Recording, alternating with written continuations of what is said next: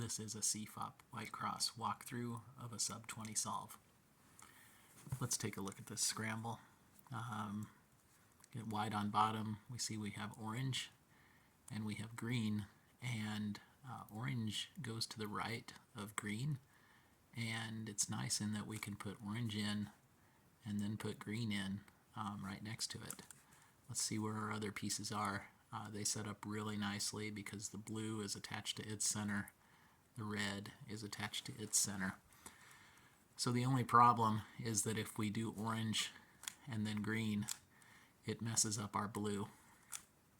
So the way I chose to do this was to move blue first, move it out of the way, then do orange, green, align orange and green with their centers, then do red, and then do blue. So then our cross is done. Now, when I was doing that, before I did the L2 to finish the cross, I noticed the blue-orange pair right in front of me. So we have the blue-orange corner and the blue-orange edge, and I watched the blue-orange corner go around to the back. So the next thing I did was not good, but in the heat of the moment, it's just what I did. So since I knew that that orange-blue corner just went back there, I just took it right back out so I could deal with that pair. I wouldn't have to search for a first pair that way.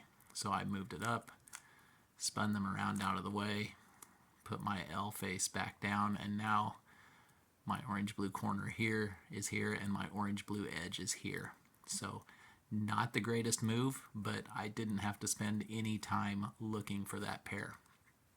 So before we go on, what should I have done? So here's the same case, orange-blue pair, it spins away. I know where they're at, so I should just execute the case properly, which is what I would do here is move the edge over here, then move the corner up to pair them, and now they're paired up in the top layer while taking that piece out. So that would have been a lot more efficient than I could have gone ahead with the insert of that pair. But that's not what I did. So back to what I did. I've got them out. So now I need to pair them up. So I just chose them to pair them up right here. A better cuber probably would have rotated before doing this pair, but since I have an empty slot right here in the front, I just used that empty slot to pair them up. So here's my orange-blue pair, and then they do need to go in the back, or in the back left here, so I rotated so that I could do the back insert so I can still see the front of the cube, and that's a good thing because my next pair I saw right here in front of me, and that is the green-red corner, the green-red edge.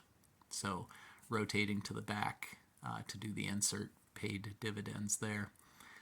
So for this case, what I like to do, there's multiple ways to do this case. I like to spin the corner around away from the edge and then rotate and then pair them up like that. So here they are. Their slot is already in the back left, so I can just spin them around and do the back insert. As I was doing that, I saw my next pair come together, and that is the red-blue pair. Got the red-blue corner, the red-blue edge right next to it. So the best way to do this, here's the same case, red-blue, red-blue. Since I have an empty slot back here, and it is the red-blue slot, I can just execute the case from here to split them up and pair them up at the same time by doing that, and then insert them in the back. Very efficient way to get that case done. However, I didn't think of that in the heat of the moment, and I knew I had an empty slot up here that I could use, so I spun them around to that side and used this empty slot to split them up and pair them up. Now they're paired up, and I can still insert them into the back. So still rotationless, just an extra move or two that I didn't really need to do. So then I could see my last case. Of course, I've got an empty slot in the front. I know that this is orange-green here. I can see that neither of these is the orange-green match, so even if I couldn't see this necessarily, I know that that's my pair right there. So for that case, bring them around, and again, which way you rotate here on the last slot doesn't really matter. I chose to rotate this way and execute it on this side, split them up and pair them up, and then insert into the front. So then we're done with F2L. OLL and PLL. I got an A perm.